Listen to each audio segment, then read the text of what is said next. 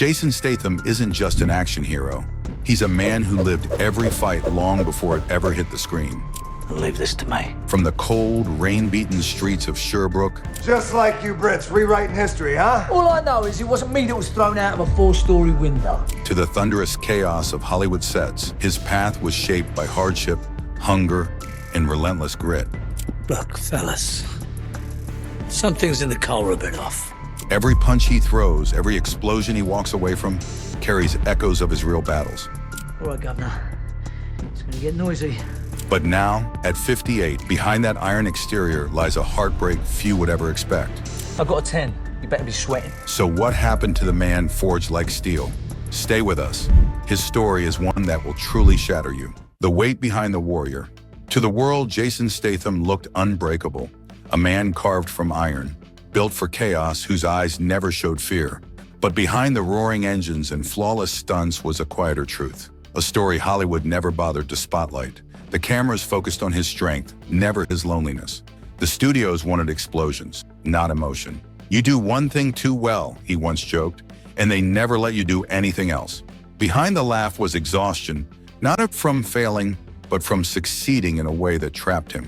Before the billion-dollar franchises and the global icon he became, Jason was just another fighter hustling through the wet, windy streets of Shirebrook. His world was built on grit, selling on corners, representing his country as a diver, chasing any dream that didn't slip away. And even when the fame finally came, the hunger stayed with him. After Lock, Stock, and Two Smoking Barrels put him on the map in 1998, the lights grew brighter, but his nights grew colder. He walked home alone after filming, body aching, carrying the weight of stunts that came frighteningly close to ending everything. But not every scar came from on-set danger. Some came from love, the kind that no training, no strength, no bravery could ever prepare him for. Before the headlines, before the action hero persona, there was Kelly. She already had recognition, the kind of beauty that turned heads and held attention. Jason was still climbing, still fighting to be noticed.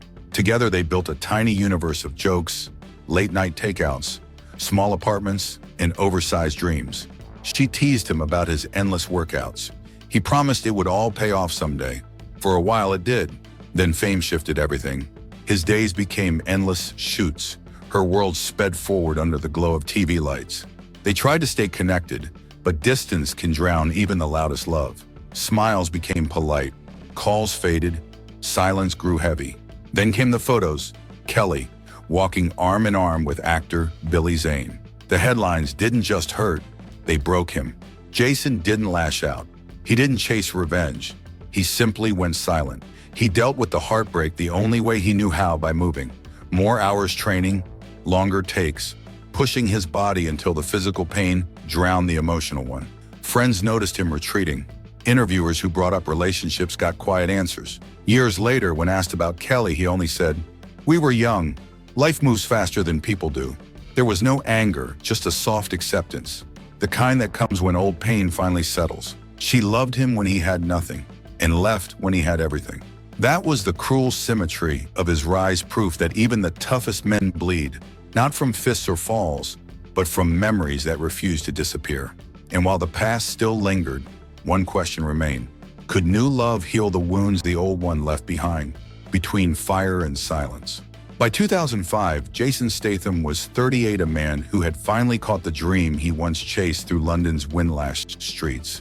The transporter and crank had turned him into Hollywood's newest fixation, yet the applause that followed him, from one red carpet to another, began to feel strangely empty once the cameras stopped flashing. Fame filled every room he walked into, but never the spaces inside him. Most nights he returned from premieres to silent hotel walls that it didn't know his name. A year after his breakup with Kelly Brook, Jason crossed paths with Sophie Monk, the bold, glowing Australian singer who appeared just when life had gone too quiet. She was 26, fearless, and full of unfiltered joy.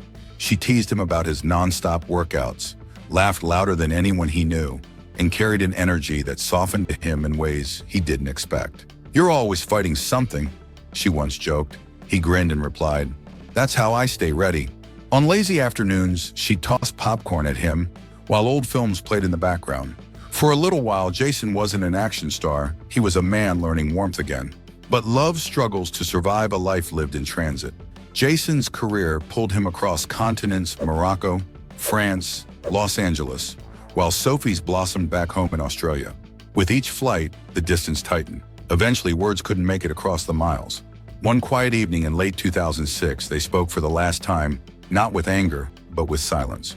No fight, no farewell, just the gentle collapse of something rare. Later, Sophie said, he was the hardest man to love, not because he didn't care, but because he carried everything inside. By 2007, a new chapter started with Alex Zossman, a London model and designer who offered the calm Jason had long longed for. She wasn't chaos or spotlight, she was serenity. Their mornings smelled like coffee. Their nights hummed with peace. After years of constant motion, she grounded him. He'd come home late, kiss her forehead, and whisper, "You make this world feel still." For the first time in years, he almost believed it. But stillness rarely survives in a world built on motion. Between 2008 and 2009, Jason's schedule became relentless. The bank job, death race, Transporter 3, and time became a luxury he never had. Alex tried to hold on, but love cannot thrive on postcards and phone calls. By 2010, they drifted apart quietly. No headlines, no chaos, just two people pushed in different directions. Jason once said, "Everyone wanted the actor. No one saw the man." Those words carried the ache of being admired yet untouched, desired yet unseen. When the hotel lights dimmed and the applause faded, only the sound of his own breathing reminded him he was still here. Fame had given him everything except rest. Still, he pushed forward, because that's what Jason Statham had always done. Keep moving, even through the silence after the storm. But just when he thought stillness was enough, life was preparing a new challenge. Keep watching. The quiet after the storm. And after surviving both fire and silence, Jason Statham learned something unexpected. Even calm comes with its own battles.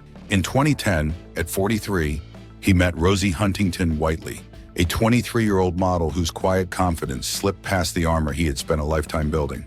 She wasn't impressed by fame. She was drawn to the stillness beneath his strength. "You don't talk much," she teased over wine one night. He gave a small smile, part amused, part guarded. "I've said enough in bruises." From that moment, the chase faded, replaced by a gentle warmth that rose slowly, like morning light. Their early days were made of the simplest moments: evening walks through Notting Hill, late-night grocery runs, cooking pasta together in the small kitchen of his London flat, laughing as soft music filled the background. For the first time in years, Jason wasn't a stuntman, a star, or a survivor. He was just a man standing next to someone who made life feel new again. "You make me feel alive," he told her, and she knew he meant every word. By 2016, their relationship had survived distance, rumors, and Hollywood's constant demands.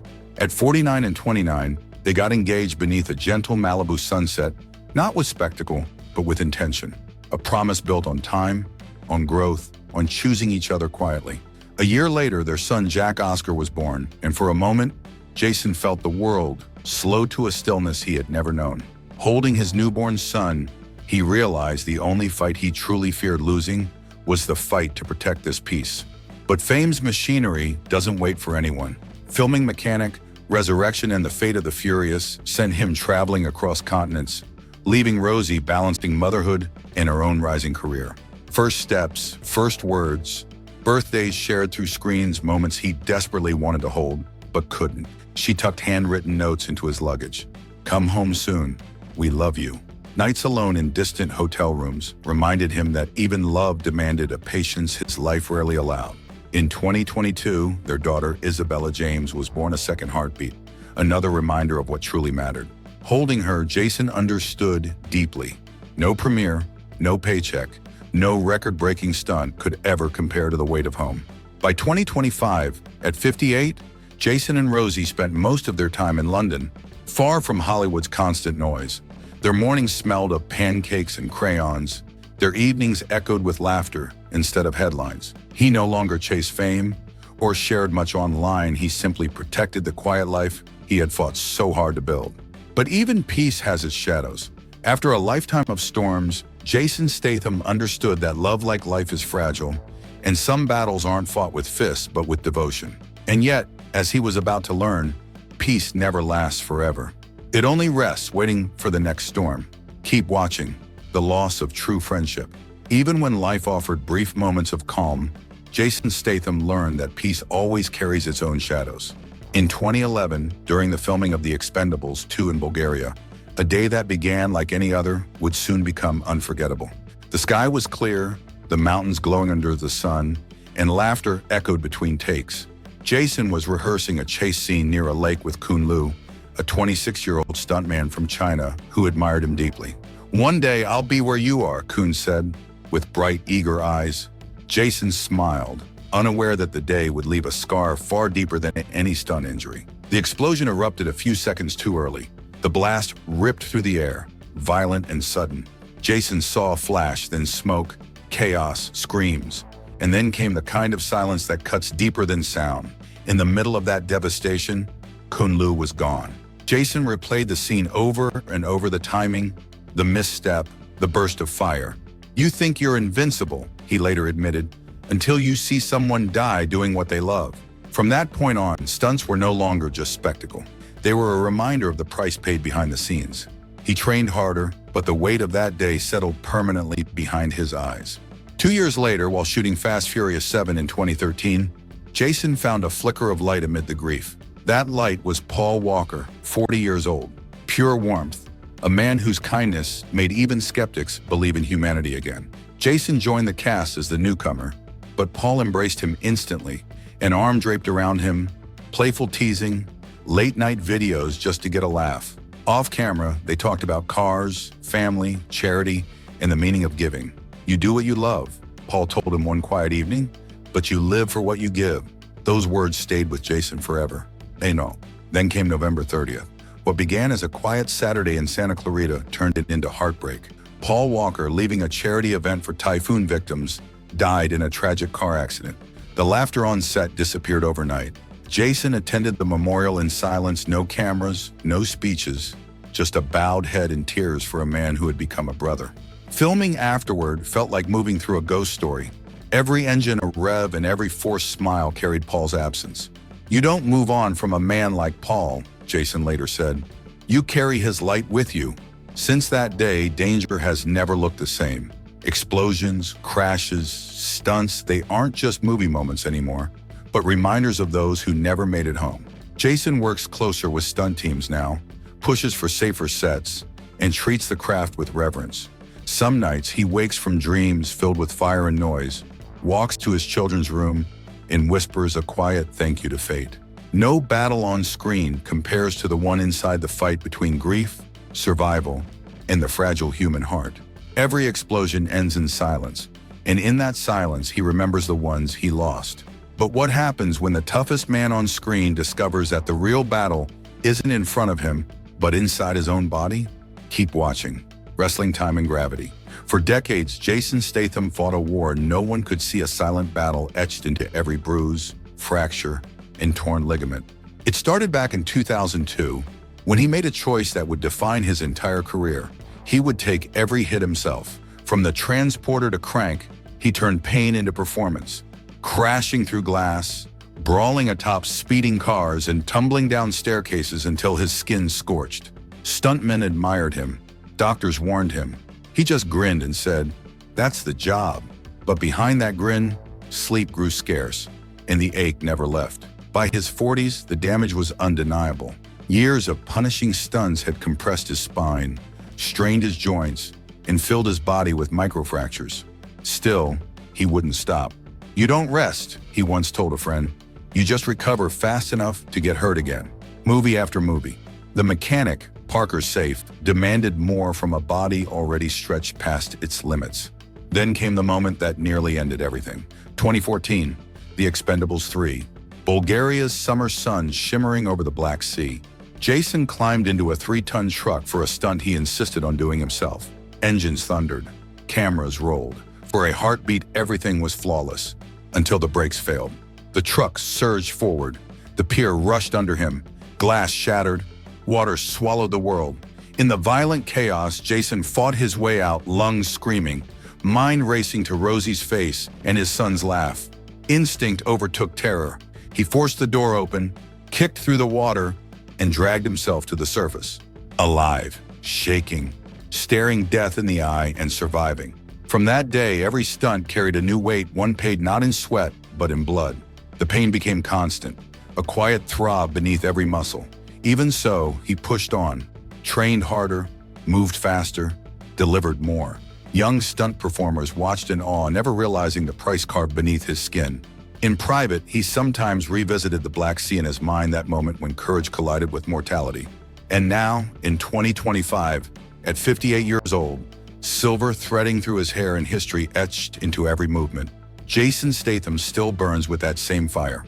Smaller now, steadier, tempered by time but unbroken. On set, he brings the same unmistakable intensity, a reminder that the fiercest battles aren't fought against villains or explosions, but in the quiet war against the body and against time. "I used to fight villains," he once said. "Now I fight gravity," and he meant every word. But who was Jason before fame, before the heartbreaks, the danger, and the battles that shaped him? Stay tuned. From streets to silver screens, no spotlight ever touched the place where Jason Statham first learned what survival truly meant. Born on July 26, 1967 in Shirebrook, Derbyshire, he grew up in a world of coal dust, cracked windows, and nights that felt longer than his dreams. His father, Barry, hustled through multiple jobs: mining, painting, selling trinkets, even singing in pubs, while his mother, Eileen, danced for applause that faded as quickly as it came. Childhood wasn't something Jason got to enjoy. By the age of 12, he had found a different kind of direction, diving at the Crystal Palace National Sports Center. There, he pushed his body past pain, past exhaustion, chasing precision long after the lights had shut off and the janitor was ready to leave. Winter after winter, he climbed those boards again, hands raw, muscles shaking, learning that endurance mattered more than talent. In 1990, he represented England at the Commonwealth Games.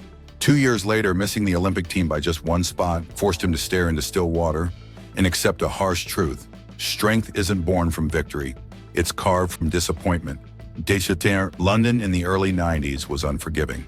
Jason sold cheap jewelry, perfume, and optimism on rain-soaked streets, sleeping wherever he could, and surviving on the grit he inherited from his father. At night, he trained alone. Push-ups, diving drills, shadowboxing, fighting ghosts of failure and building a toughness no audience could see. Then opportunity finally knocked. Sports promotions discovered him, and suddenly he was modeling for Tommy Hilfiger, Levi's, and French Connection. His rugged look wasn't created by cameras. It was shaped by life. It wasn't fame, but it was a foothold. Destiny arrived in 1998 when Guy Ritchie cast him in Lock, Stock, and Two Smoking Barrels. Ritchie didn't just see an actor, he saw authenticity. Jason's grit, his quiet intensity, his lived experiences became his greatest performance tools. Snatch followed, and in 2002, The Transporter vaulted him into international stardom. He trained obsessively, Wing Chun, Krav Maga, kickboxing, performing every stunt himself. Bruised, torn, unstoppable. Films like Crank, The Expendables, Fast Furious 7, and The Meg turned his name into a global action brand. But behind every hit film was the unspoken cost. Scars that traced old struggles, injuries that echoed long days on the streets, dives endured in cold pools, battles fought long before the world ever watched.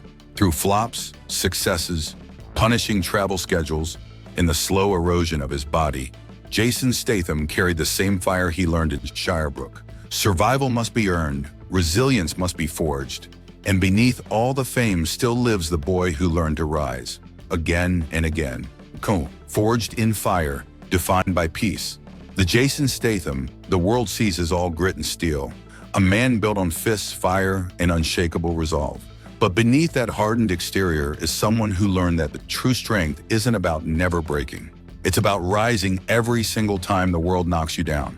From hustling on London streets to becoming one of Hollywood's most dependable action icons, his life is a testament to pure resilience. Today, Statham lives far from the chaos that once defined him, inside a $13 million Beverly Hills sanctuary designed for calm. Nearly 6,000 square feet of glass, wood, and stone flow together to create a space carved from tranquility. The faint scent of cedar lingers in the air. Koi glides silently beyond floor-to-ceiling windows. Every detail feels intentional, proof that silence for him is no longer emptiness, but something earned. He once owned a Malibu beach house overlooking the Pacific, a place filled with quiet mornings and laughter shared with his son. He later sold it for $18.5 million. In London, he still maintains homes near Kensington, a grounding reminder of the city that forged his determination. His garage is its own biography, an Aston Martin DBS, McLaren 720S, Ferrari F12 Berlinetta, and a classic Jaguar E-Type. Each one represents discipline, precision, and a lifetime of refusing to give up. Even with a net worth surpassing $120 million, Statham chooses a grounded life with Rosie Huntington-Whiteley and their children. For him, peace isn't the lack of hardship, it's the victory of having lived through it and still standing firm. So what shaped the grit and resilience behind Jason Statham's rise? Share your thoughts below, and don't forget to like, comment, and subscribe.